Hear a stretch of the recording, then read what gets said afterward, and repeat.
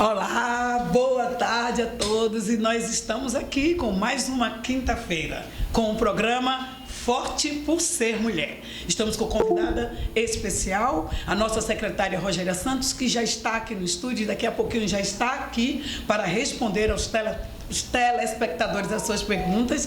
Desculpe, mas hoje nós vamos tratar de um tema muito especial. Dia Internacional da Menina, 11 de outubro. E esse dia é amanhã, mas hoje nós já estaremos aqui discutindo esse assunto. E eu gostaria de chamar aqui a secretária Rogéria Santos para participar do programa.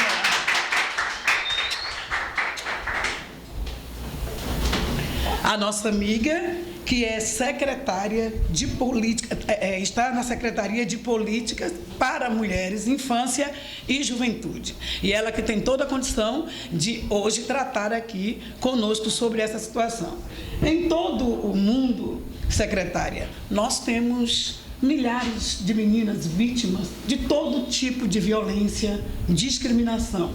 E nós entendemos que a desigualdade de gênero traz essas consequências. Eu não sei se a senhora concorda com isso. Concorda? Sem dúvida, Ireuda, e muito me alegra estar aqui num programa como esse, ao vivo, na rede social, falando sobre meninas, trazendo à baila a temática de meninas. Quando você aborda a desigualdade de gênero, com maestria, você sinaliza isso, que infelizmente no Brasil e no mundo a desigualdade de gênero tem até ceifado vidas, e quando a gente coloca isso em números, a gente vai ver que as vidas são sempre das meninas. E isso amanhã é dia 11 de outubro, é o Dia Internacional da Menina. Note, Ireuda, que o Brasil ainda não possui o Dia Nacional, que inclusive está tramitando, a pedido do deputado Márcio Marinho, o Dia Nacional da Menina, aqui na Câmara Municipal. No município de Salvador ainda não temos o Dia da Menina, que enquanto vereadora desta casa eu tentei propor, mas a gente sabe que existe uma legislação aqui, que se você propor dias comemorativos que não tenha um dia nacional em alusão, você não pode propor. E daí a gente está aguardando, inclusive, esse dia nacional ser aprovado, para que a gente possa tramitar aqui o Dia Municipal da Menina, que quando a gente fala, para que um dia da menina, às vezes as pessoas falam isso, se interrogam, né? É uma coisa tão boba, tão banal. Por que um dia da menina? Porque quando a gente para observar a desigualdade de gênero, quando a gente para analisar o quanto a mulher ela é vítima de violência, e a gente observa que isso tudo começa enquanto ela ainda é menina, isso vai crescendo, crescendo, crescendo de uma forma gradativa, por vezes naturalizada. Inclusive, como agora a senhora acabou de colocar, naturalizada, a menina, ela já cresce com essa aceitação. É vítima dessa violência já desde menina, e quando adulta aceita essa agressão, né? Que a senhora está colocando aqui. Sem dúvida, Ireuda, você há de concordar comigo que, inclusive, no Nordeste do Brasil, essa normalização da conduta de agressão, da conduta da violência, e aí até a própria violência sexual com crianças, que hoje 70% das mulheres vitimadas de violência sexual são meninas até 13 anos. Verdade. Isso aqui não sou eu que estou falando, não é a Ireuda que está falando.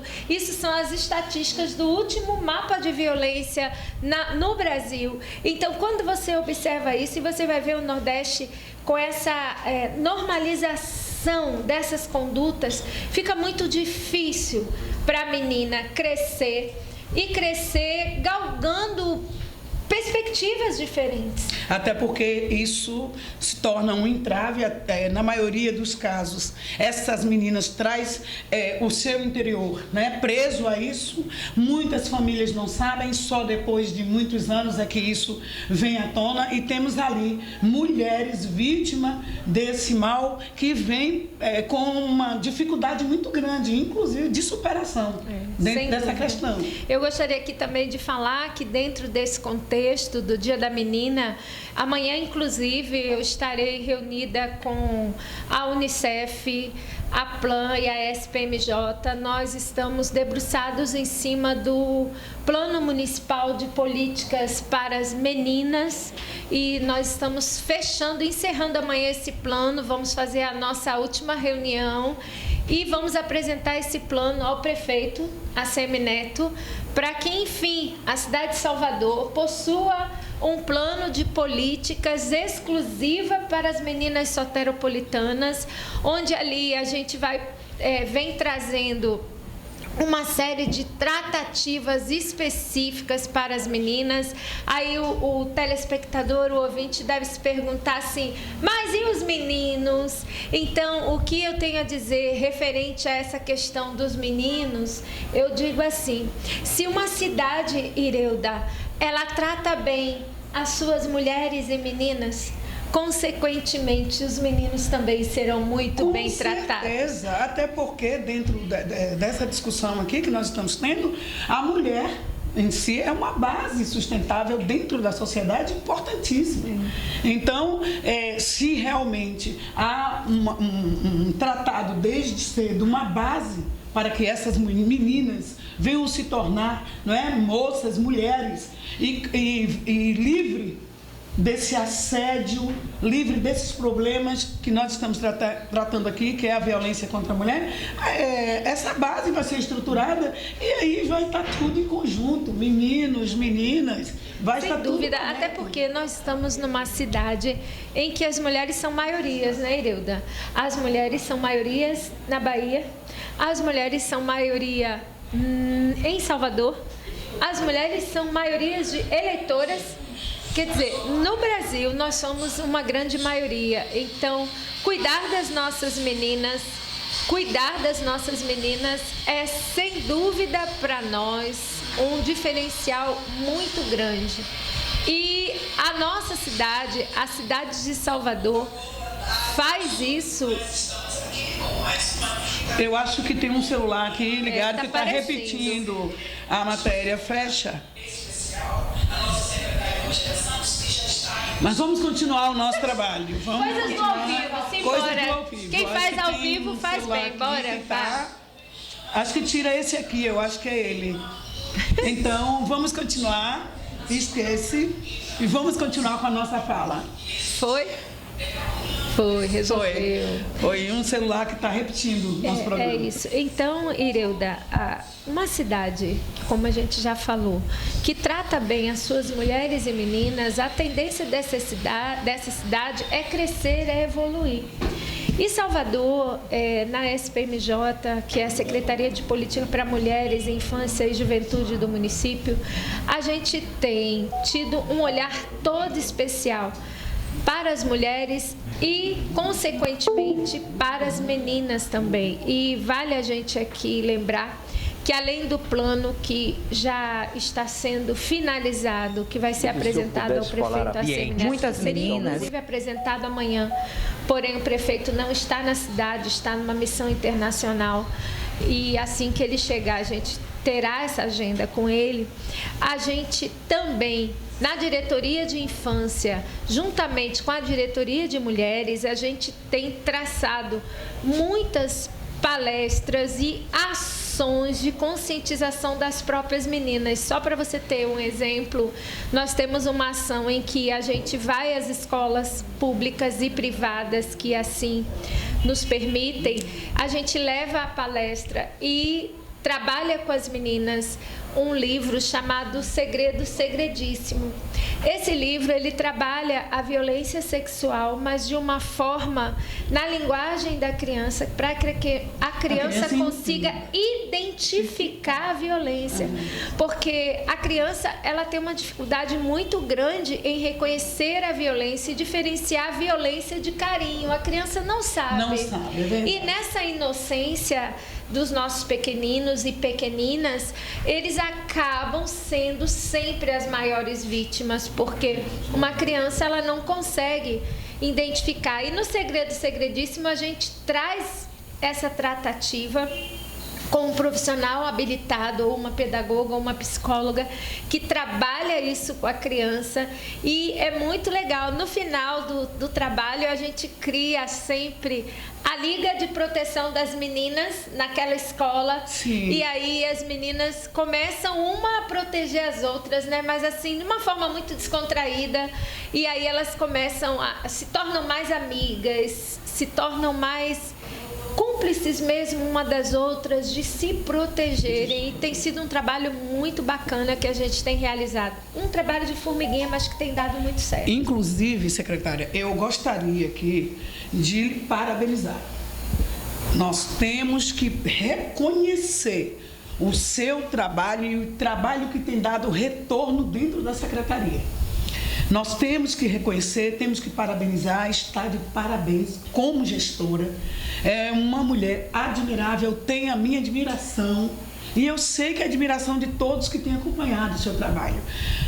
Hoje, a Secretaria para Mulheres tem dado um retorno para a sociedade, o retorno que as mulheres esperam, porque é uma secretaria, né, para mulheres, para crianças, e a gente vê um retorno, o seu empenho é brilhante. Meus parabéns mesmo, eu tenho que reconhecer, e todos que têm visto o seu trabalho têm que reconhecer, temos que dar a mão a palmatórias e incentivá-la, porque tem feito um trabalho brilhante, maravilhoso.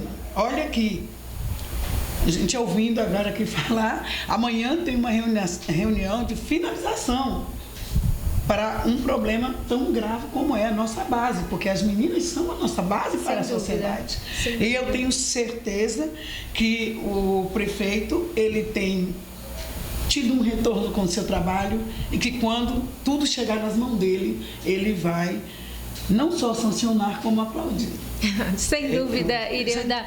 Eu me sinto lisonjeada, né, desse reconhecimento e dizer para os ouvintes e os telespectadores e aqueles que são soteropolitanos e que acreditam no trabalho da melhor prefeitura do Brasil, dizer que na SPMJ, na Secretaria de Política para Mulheres, Infância e Juventude do município, o nosso lema é servir ao cidadão soteropolitano. Nós estamos ali exclusivamente para servir. E se servir implica em trabalhar dobrado, a nossa equipe trabalha dobrado. Se servir implica em dar o máximo de nós, a gente vai dar o máximo de nós. E assim a gente tem vivido os desafios muito grandes. Eu inclusive, mesmo, né, lá na secretaria, eu aqui sempre encontro já as tantas da madrugada, sempre correndo, né, sempre em altas horas. Se tem uma reunião que a gente vai, eu preciso correr, trabalhando muito mesmo para ter o retorno que tem aí. A gente costuma dizer sempre, quando a gente reúne a equipe, que nós somos uma secretaria pequenininha, mas que tem pernas de gigantes. E essas pernas têm feito a gente caminhar muito. Eu tenho certeza que é Deus que está no comando, então assim, quando Ele está no barco, Ele só nos conduz a triunfo e tem dado muito certo. E no que depender de nós é isso, é servir ao cidadão soteropolitano com toda a nossa força, com todo o nosso empenho, com toda a nossa competência, toda a nossa força de trabalho, disposição, porque é isso que a gente quer cuidar do povo soteropolitano, e isso tem dado muito certo. E nós estamos aqui para apoiá-la naquilo que for preciso. Muito obrigada. E vamos agora à matéria. Gostaria que a nossa secretária virasse, a gente vai ouvir aqui a matéria. temática, né? A matéria do tema do programa. Na América Latina, segundo uma pesquisa divulgada neste ano pela Organização Social Visão Mundial, o Brasil é líder no ranking de violência infantil. Estudo aponta que 3 em cada 10 pessoas conhecem pessoalmente meninas que já sofreram violência. Foram levados em conta ainda maus tratos, abuso físico, psicológico, trabalho infantil, ameaças online e a violência sexual. O caso mais recente de violência infantil que chocou o Brasil aconteceu em São Paulo na última semana. Uma criança de 12 anos confessou à Polícia Civil que matou sozinho a menina Raíssa Eloá Caparelli, de 9 anos. Para a polícia, não há mais dúvida de que este vídeo, que ajudou a elucidar o crime, não mostra apenas 2 crianças, mas também vítima e assassino. Nós conseguimos, na data de ontem até início desta madrugada, obter várias informações que indicam a presença do adolescente de 12 anos de idade na cena do crime.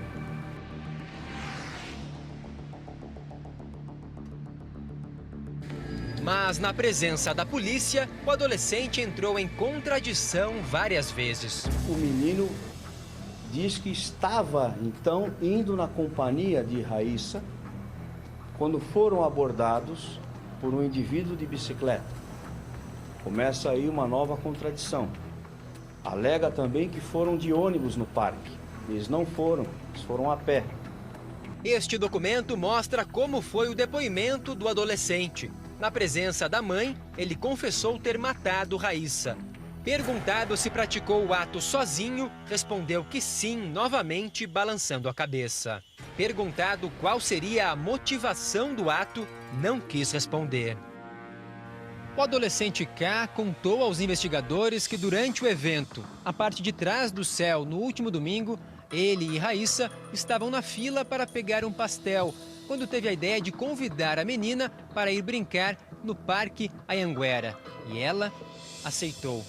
Os dois, então, caminharam entre 15 e 20 minutos. No caminho, ele encontrou uma corda no chão, também uma meia social marrom e um tecido vermelho, objetos que foram apreendidos no local onde o corpo foi encontrado mais tarde. Ao chegar ao parque, ele contou aos policiais que os dois foram para a área de lazer e brincaram por aproximadamente 40 minutos, até que este garoto de 12 anos pegou Raíssa e a levou até uma área de trilha no meio da vegetação. E lá passou a agredir a menina com chutes e socos. Tentou até amarrar as mãos dela com a meia que ele havia achado no caminho, mas não conseguiu. Pegou então a corda e amarrou a garota à árvore. Depois disso, passou a agredir a menina com alguns gravetos que achou pela vegetação.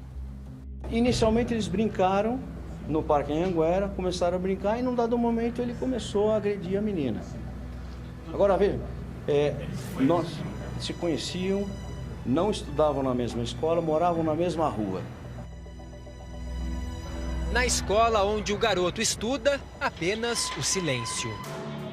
O que se sabe pelas ruas do bairro é que ele já foi suspenso várias vezes por mau comportamento. É um menino um tanto problemático, tem várias ocorrências de malcriação com professores. Após os atendimentos, a conclusão que as experiências de violência vividas pelo garoto causaram impactos emocionais e no psíquico do adolescente, que refletem no comportamento dele. Com a recomendação de que iniciasse processo de psicoterapia infantil o mais rápido possível. Os policiais que acompanharam a confissão do adolescente dizem que ele mostrou frieza, nenhuma emoção ou lágrimas. Ele é muito restrito nas informações, mas ele não demonstrou tristeza, não demonstrou. Os pais estão chocados, principalmente a mãe, que demonstrou uma serenidade e uma obrigação de levar o filho na delegacia. Poucas vezes visto.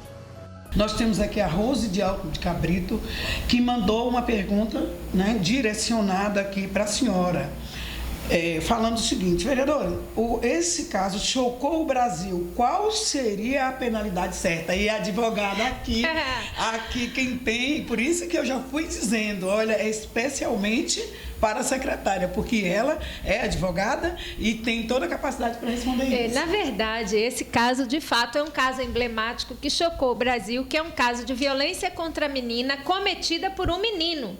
Então, na verdade, você tem um caso atípico. No Código Penal brasileiro ainda não há penalidade prevista para menores.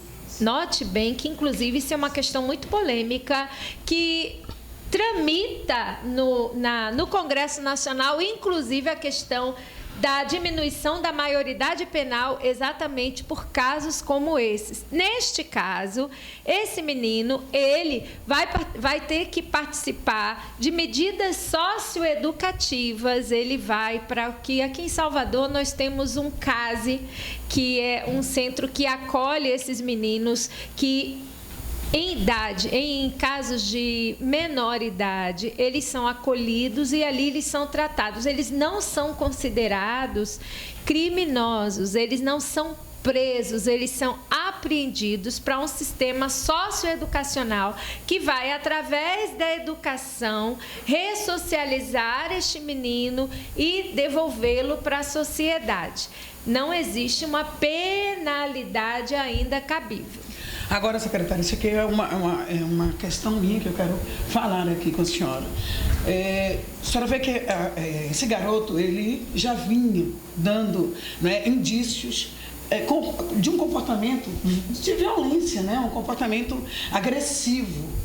Eu acredito que esse garoto também venha passando por transtornos dentro de casa.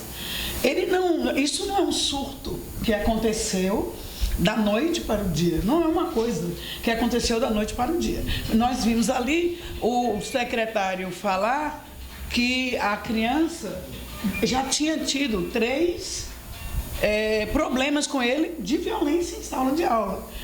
Agora, aqui, olha, é a Ruane de Itapuã. Ela quer saber da senhora se no caso como esse, se a escola, o colégio não tem que responder pelo fato da criança cometer já agressões dentro da escola, em outros dados, se elas não são responsáveis por essa atitude dessa criança. Olha só, Irilda, primeiro eu quero aqui só abrir um parênteses sobre o seu comentário. A gente que lidar diuturnamente com a violência contra a mulher, a gente sempre fala sobre o comportamento do agressor. Agressor forma agressores. Então, uma criança que ela assiste agressões dentro do seu lar, a probabilidade dessa criança se tornar um adulto, esse menino se tornar um adulto e ele se tornar um agressor, à medida que ele vai crescendo, ele vai se tornando um adolescente, um adulto, é muito maior. Aí, quando você salientou bem que esse menino poderia já estar passando por alguns problemas dentro da sua própria casa que desencadeou nele esse comportamento agressivo. Certamente, a gente não pode aqui afirmar, mas a gente pode deixar isso aqui no ar, porque a agressividade, num caso como esse, ela é um comportamento que ela não aparece num surto. O menino não teve um surto psicótico, ele já vinha exibindo um comportamento agressivo. Então, esse menino, ele já deveria estar sendo acompanhado, pelo menos pelos pais, para que soubesse de onde derivaria esse comportamento. A gente não sabe o que os pais faziam ou não. Neste caso, a ouvinte pergunta se a escola deveria responder. No contexto geral, eu não estou aqui contextualizada em relação à escola, então eu não posso dizer para você se a escola pode ou não responder. Há possibilidades de poder responder?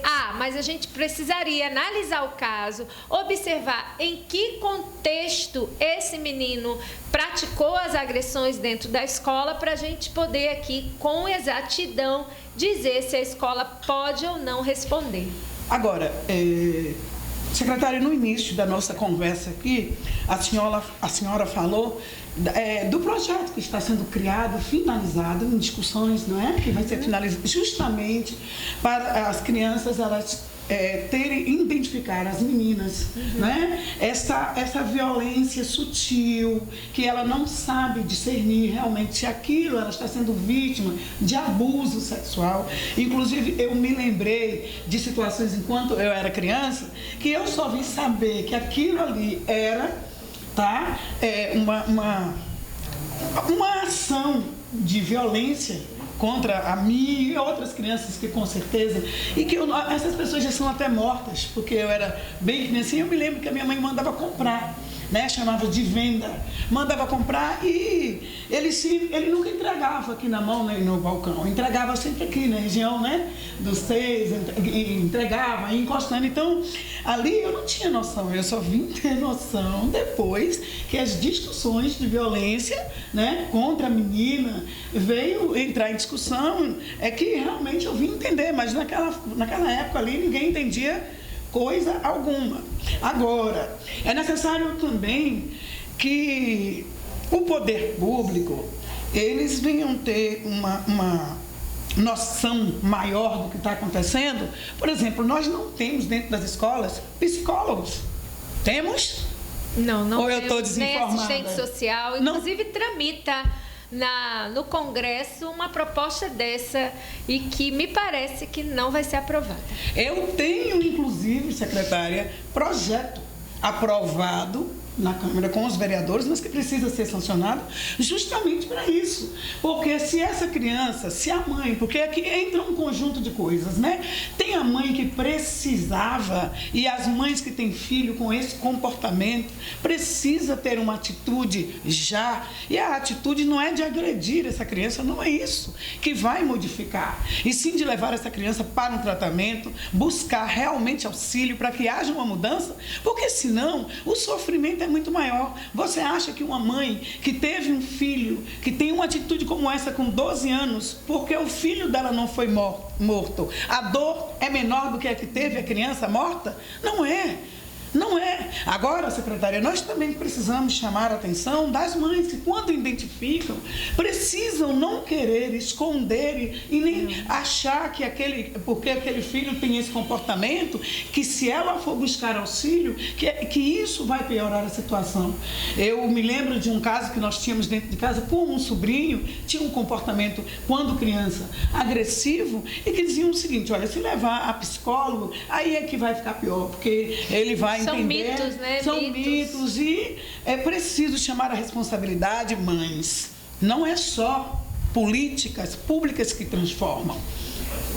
Na verdade, Ireu, daqui eu quero fazer até um desabafo. Fique à vontade. E chamar um pouco a atenção da família em relação ao cuidado com as crianças e adolescentes. Note que a Constituição, o ECA, reproduz e diz que é dever do poder público, da sociedade civil, de todos nós, da família, cuidar, garantir, proteger o desenvolvimento integral das crianças e adolescentes. O que acontece hoje? Hoje, quando você chega numa escola, o que a gente vê é que os pais chegam, colocam aquela criança na escola, depositam aquela criança na escola. E aquela criança, ela adentra naquela escola, toda a responsabilidade é passada para o âmbito escolar. Gente, o âmbito escolar, ele existe para transmissão de conhecimento. Educação familiar não se aprende na escola. Até porque se começa em casa. Educação, a pessoa começa a ser educada dentro de casa. Educação familiar, ela acontece no contexto da família. E aí, quando você transfere essa responsabilidade para o poder público, enquanto escola aqui representada, você transfere isso para o poder público, o peso, a carga é muito grande. Você não consegue transformar esse cidadão da forma que ele precisa transformar. Então, o que tem que acontecer? Tem que acontecer aí a união da família, do poder público, da sociedade civil representadas pelas ONGs que estão nas comunidades e de todos, a fim de fazer o quê? De formar essa criança, de formar esse adolescente, entender que não é só responsabilidade da escola, que não é só responsabilidade da prefeitura, que não é só responsabilidade quando se trata de adolescentes e jovens. É responsabilidade da escola estadual que ele estuda. Olha só como essa escola está formando esse menino. Mas esse menino está lá Inclusive, na escola. Tem muitas perguntas aqui dentro desse segmento que eu não prossegui, porque no início das respostas, a senhora já deu um esclarecimento sobre isso, continua dando, as pessoas perguntando, elas estão insistindo, porque aqui, olha, o Geraldo de Cosme de Faria, foi ele quem está aqui, ó, Geraldo de Cosme de Faria, as meninas acabou de tirar do Instagram, perguntando, né, no caso, a escola não viu o comportamento do agressor? Provavelmente a escola deve ter visto, a escola deve ter mandado vários bilhetinhos, recados para os pais, e o que acontece muitas vezes nesses casos é que os próprios pais, Irilda, sequer olham os recados. Não, existe... Sequer vão às reuniões de pais. De pais, para poder estar ouvindo, entendendo como essa criança está se desenvolvendo. Olha que coisa importante. Olha que coisa importante, mulheres. Porque a responsabilidade é de pai e mãe, de criar e educar seus filhos. Prepará-los para enfrentar essa nossa sociedade. Porém, é preciso você ouvir. Tem um programa como esse aqui, uma discussão como essa muito séria. É uma discussão que traz um contexto de base. E a base é necessária para que você, como mãe, não venha sofrer as consequências. Você, como pai, não venha sofrer as consequências de ter um filho amanhã ou depois, que nós não desejamos isso, mas ninguém está livre de ter um filho com alterações psicológicas ou vir de um lar que realmente é um lar conturbado, com muitas discussões, muito problema, e essa criança reproduzir. Por favor, preste atenção, eu gostaria que a senhora continuasse falando, porque é sério. Sem dúvida, Irilda, a gente não está aqui culpando a mãe, o pai, a família. Não, o que a gente está fazendo aqui é chamando a sua atenção para que, Irilda, a gente sabe que as mães precisam estar hoje nas ruas trabalhando, que o pai, por vezes, sai de madrugada, chega a altas horas, sai, o filho está dormindo, chega, o filho está dormindo. Eu sei que esse corre-corre da vida louca, para que a gente possa sustentar a nossa casa, sustentar os nossos as mulheres filhos, que hoje saem de casa, são pai e mãe. Sem dúvida, aqui na nossa cidade elas são arrimo de família, são elas que levam as suas famílias nos ombros. O que eu estou chamando a atenção, não é pouco, né, não é muito. O que eu estou chamando aqui a atenção é para a qualidade do tempo. Não importa se você tenha apenas meia horinha por dia com seus filhos, mas que essa meia horinha você faça valer pelas 23 horas e 30 minutos que você não vai estar ao lado dele. Como é que você faz isso? É você dando o máximo daquele tempo, daqueles 30 minutos, você dando o máximo da sua percepção, da sua atenção. Você chega hoje, Irilda, você vai num restaurante hoje, você vê uma família sentada almoçando. Cada um está com o celular. Você não vê ninguém conversando entre si. Isso aqui que a gente está fazendo é impossível. Mais uma vez, eu presto atenção, por favor, mulheres. Isso aqui é um alerta. Porque, na maioria das vezes, nós praticamos isso e não entendemos que essa semente plantada, esses são reflexos que vêm. Então, por favor, preste atenção aqui. Olha, secretária, quando a senhora colocou que as mães muitas vezes chegam e colocam uma criança, quase que depositam lá. Não estamos criticando as mulheres, mas temos que reconhecer que isso acontece, até porque outro dia eu fui acionada para ver como ajudar as crianças estavam no colégio até às 10 horas da noite. E a mãe não havia ido buscar. Pois então, Ireuda, nós temos aqui, no Carnaval, a Secretaria é responsável pelos centros de acolhimento dos filhos, muitas perguntas dos para a senhora aqui, vendedores ambulantes e dos catadores de recicláveis. Só para você ter uma ideia, essas crianças entram na quinta-feira nos centros e só saem na quarta-feira de cinza, meio-dia. Você acredita que tiveram crianças que os pais não vieram buscar na quarta-feira de cinza? Acredito. E que nós tivemos que ficar com essa criança. Olha aí. Dar almoço, cuidar dessa criança e que tivemos que ir levar na casa porque o pai havia esquecido da criança. Meu Deus. Depois a criança ficar uma semana sem o pai. Por favor, eu quero... Neide. A Neide fez uma pergunta e a secretária está respondendo, viu, Neide? Eu não tinha feito sua pergunta ainda, um abraço para você, mas ela já está respondendo, porque ela pergunta aqui, olha aqui, ó. Gente, como pode um adolescente ser tão frio? O que está acontecendo? Está acontecendo tudo isso que ela está relatando aqui, tudo que está em discussão, porque cada ponto aqui é que traz um resultado negativo para que venha acontecer coisas que estão acontecendo. Então, ela está respondendo aqui, tá, Neide, a sua pergunta, e um beijo para você, continue com a gente aqui no programa. Neide e ouvintes, o que está acontecendo?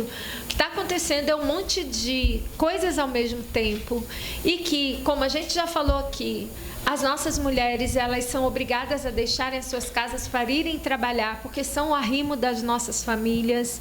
As nossas crianças cada vez mais estão ficando sozinhas, cada vez mais à mercê de um monte de informação que elas não estão habituadas e nem preparadas para absorver. E aí você vai ver que esse é um comportamento agressor. Mas existem outras crianças que já partem para o comportamento da automutilação, do suicídio. Já é uma outra vertente que tem se mostrado muito viva na vida das nossas crianças e adolescentes. O número de suicídio entre crianças e adolescentes cresceu vertiginosamente no nosso país, na nossa cidade, inclusive. Então, o que a gente precisa fazer? O que a gente precisa fazer, e aí vai uma opinião pessoal minha, Ireuda, é olhar para os lados. Porque é muito difícil. Às vezes as pessoas têm aquele ditado que eu acho um ditado muito egoísta, que as pessoas sempre falam: farinha pouca, meu pirão primeiro. Eu cuido da minha família, eu cuido do que está no meu entorno, mas eu não olho para o lado. E às vezes tem uma criança na minha família, um parente meu distante, que está sofrendo, e eu tenho a oportunidade de poder ver, de ajudar, e eu não faço. Eu tenho uma criança que pode ser um vizinho meu, Ireuda, que eu escuto aquela criança ser vítima de maus tratos, eu escuto os pais, às vezes, maltratarem, xingarem, baterem, e eu não tomo nenhuma atitude. Na verdade, colocar aquele espírito dentro da criança, porque quando xinga, quando bate, está ensinando. Tem que ser assim, você tem que ser assim. Sem dúvida. Você tem que xingar. É a formação do comportamento agressor. Você está dando essa formação, agressão cria agressor. Ninguém que é construído, que é criado, que vive num ambiente de amor, de verdade, de sinceridade, de carinho, vai sair desse ambiente agredindo as outras pessoas. Olha, a Carol do interior, tá? Ela está nos assistindo em Jaguaquara, é esse o nome? Ô, Carol, muito obrigada. A sua pergunta é muito importante. Secretária, ela faz aqui uma denúncia e está lhe perguntando se os conselheiros tutelares podem ajudar. A Carol é do interior de Jaguaquara. Ela diz: tenho uma vizinha que bate na filha de 6 anos. Como posso denunciar? Tem que ter testemunha? Aline de Saramandaia. Olha só, eu não sei se Jaguaquara possui conselho tutelar. Eu até conheço a cidade, mas eu não sei se tem. Se tiver, você deve procurar o conselho tutelar, sim. Se você tiver testemunha, tudo bem. Se você não tiver, a simples denúncia ela vai acontecer e o conselho tutelar ele vai averiguar a situação. Atestado a violência, os maus tratos, a denúncia sendo atestada, o Conselho Tutelar vai acionar quem de direito, inclusive o próprio Ministério Público, para que haja a ação pertinente à questão. Agora, secretária, leia quem está mandando beijo para nós aqui, pelo Instagram ou Facebook. Isso tudo, está mandando beijo para a gente. Aqui, Léo Prates, nosso amigo, meu amigo secretário de Saúde, também, que está fazendo um trabalho maravilhoso na pasta. É outro, viu? É outro secretário que a gente tem que aplaudir. Verdade. O secretário Léo Prates tem feito um trabalho brilhante. Só se ouve falar desse homem. É verdade. E basta até a gente estar numa campanha do Outubro Rosa em parceria, a SPMJ com a SCMS, exatamente na prevenção do câncer de mama. A Paula Sena, a Flávia Martins, a Laila Guedes, a Cacau Blina. Continua? A Leide Oliveira, tudo isso, a Val Estrela, a Marinalva Guedes, eita, gente, vou passar a tarde toda aqui, ó. Tem perguntas aqui, a Rose Reis, a Lima, a Lohaina, o Caio Conceição, a Sheila Brito, o Júnior, o Alex Borges, a Cleidiane Machado, Azevedo, Andréia Marques, Andréia Beijo, a Carla Roberta, o Branco Dudu, a Vanesca Paixão, a Elane Ferreira, a Cali, a Rose Almeida e Isaac. A Rose Almeida diz: Nova Sussuarana, ligadona nessas duas mulheres retadas. Oi? Olha só.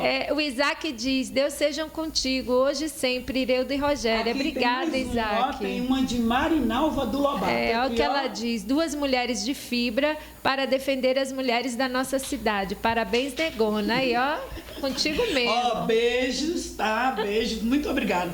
Pessoal, começou agora aqui a pressão. Olha, secretária, é o que eu não gosto desse programa. Eu vou ser sincera com a senhora. Porque assim, ó, quando começa 10 minutos, 15 minutos do programa, eles aí começam a pressionar. Aí já começou. Faltam 8 minutos. Agora tem um monte de coisas para responder ainda, um monte de perguntas para comentário. Tem o comentário aqui da Eveline Jesus. Temos que tratar... Tome aqui, minha secretária. Veja aqui. Valendo. Temos que tratar em geral as crianças e proteger por experiência que vive a violência com nossas crianças, porque às vezes o abuso vem de quem nem esperamos toda a atenção a esses casos com nossas crianças. De fato, porque na maioria das vezes o abuso, no que tange ao abuso sexual em relação a crianças e adolescentes, geralmente é praticado sim por quem não esperamos. Geralmente por um parente muito próximo, alguém que a família ou a criança tem uma relação de amizade e às vezes de carinho e uma relação familiar. Olha, aqui tem um comentário em cima da sua fala, de uma das suas falas, a Elionai. Beijo pra você, Elionai. Antes de encerrar esse programa, eu quero mandar beijo, viu? Pra minha sobrinha Paula Sena, que está participando do programa. Eu vi o nome dela aí. Você precisa ver que menina linda. Um beijo, minha querida, viu? Um beijo de coração, Paulinha. Agora, olha, o comentário da Elionai Santos, dentro da sua resposta. Isso já era de se esperar, secretária.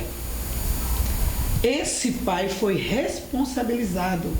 Esse esquecimento enquadra o caso de abandono de incapaz. Ela está falando assim, acerca do caso da criança que foi esquecida no centro. Eu acho que no caso dele, a gente nem foi longe para aplicar a questão do abandono de incapaz, até porque eu nem vislumbrei como um esquecimento voluntário. A gente vislumbrou mesmo como um esquecimento involuntário e mais na concepção do pai necessário. Depois a gente fala um pouco mais desse caso que acabou se tornando um caso muito emblemático para a gente. Tá, eu vou fazer só mais uma pergunta aqui para a secretária. Olha, tem mais aqui, mas não vai dar tempo, viu? Essa aqui, olha. Alex Borges. Secretária, como fazer com esses casos parem de ir para a Defensoria Pública. Para ir para a Defensoria Pública. Deve ser para ir, né? Nesse caso, esses casos, em relação a crianças e adolescentes, o ideal é que vá para a primeira porta, que é o Conselho Tutelar.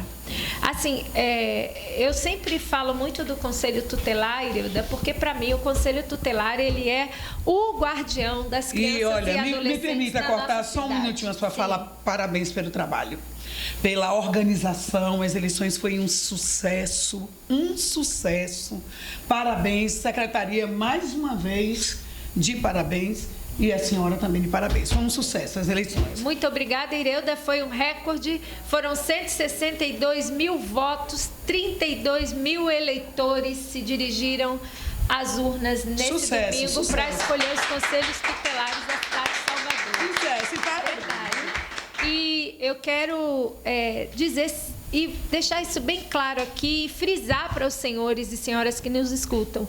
A primeira porta sempre é o Conselho Tutelar. O Conselho Tutelar, ele vai acionar os entes necessários.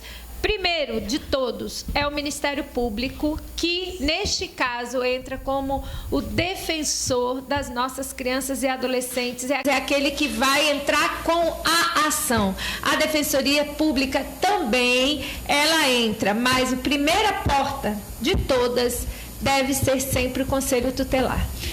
Bom, minha secretária, nós estamos chegando ao final desse programa e eu quero pedir desculpas a muita gente que mandou perguntas. Eu já entreguei várias perguntas para a Débora, não deu tempo, está assim, tá? Nós ficamos discutindo o assunto, as pessoas vão interagindo, fazendo as perguntas porque querem esclarecimento e não tem como não fazer. Mas eu quero aqui agradecer a sua presença, lhe dizer que as portas estão abertas, o nosso programa é aqui todas as quintas-feiras e o povo pediu que fosse às 13 horas e nós colocamos às 13 horas e tudo show, pelo que eu estou vendo, pelo tanto de perguntas que nós não conseguimos nem responder. Agora, secretário, eu preciso fazer um apelo ao povo, nos ajude. Esse programa é para combater a violência contra a mulher. E quando nós combatemos a violência contra a mulher, fortalecemos as redes, que é esse o propósito desse programa, nós estamos levando auxílio às famílias na cidade de Salvador.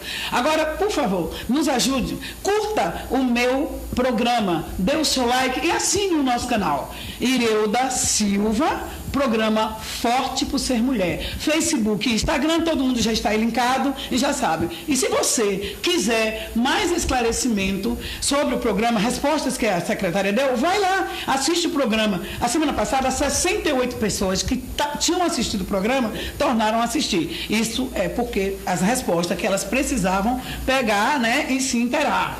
A secretária agora dá o endereço dela. Eu só vou dar uma resposta aqui. Alex Borges, ele quer, secretária, que a senhora veja uma maneira dos pais, está aqui, olha, eu não sei onde é que eu li aqui, dos pais responderem pelos crimes de crianças agressoras.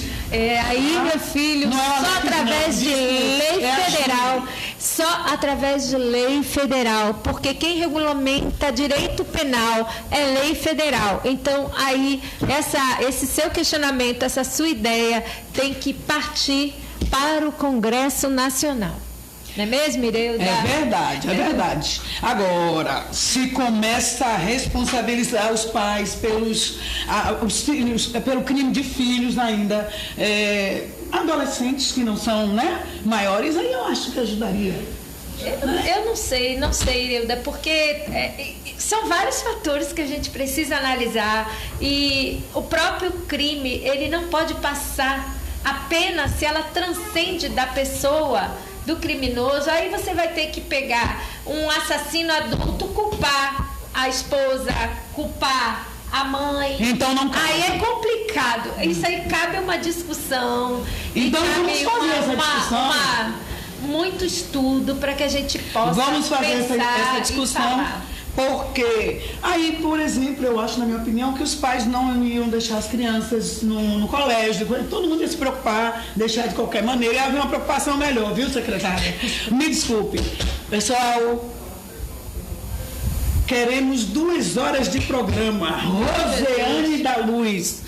Roseane, a gente vai pensar nesse caso. Vamos ver se a gente faz 2 dias na semana. Agora, o que toda vez fica pergunta sem responder, seria o caso, então, do programa passar a ser 2 horas, né? Hoje, secretária, é o Dia Nacional de Combate à Violência contra a Mulher. Dia Nacional também das Guardas Municipais. Aniversário de Eliana Mulheres Notáveis. Está aqui. Nós estamos registrando Dia Nacional do Combate à Violência contra a Mulher, né? E nós estamos aqui fazendo isso, fazendo a nossa parte. Dia Nacional das Guardas Municipais. Eu tenho um apreço pela guarda, amo de paixão. Beijo para todo mundo aí, que Deus abençoe todos vocês, tá? Eliana, te amo, viu, nega? Te amo, você sabe disso. E nós vamos ficando por aqui, minha secretária. Eu Agora quero agradecer de pronto, me colocando à disposição da sua equipe de produção maravilhosa, a sua, você já sabe que conta comigo sempre. E dizer, se você quiser também conhecer um pouquinho mais do trabalho da SPMJ, você visita lá no nosso Instagram, spmj@oficial ou @RogériaSantosOficial. Também no Instagram você vai poder acompanhar um pouquinho do nosso trabalho. Facebook também, tudo que é Rogéria Santos, você coloca lá no Google, já você aparece. vai me achar. Então,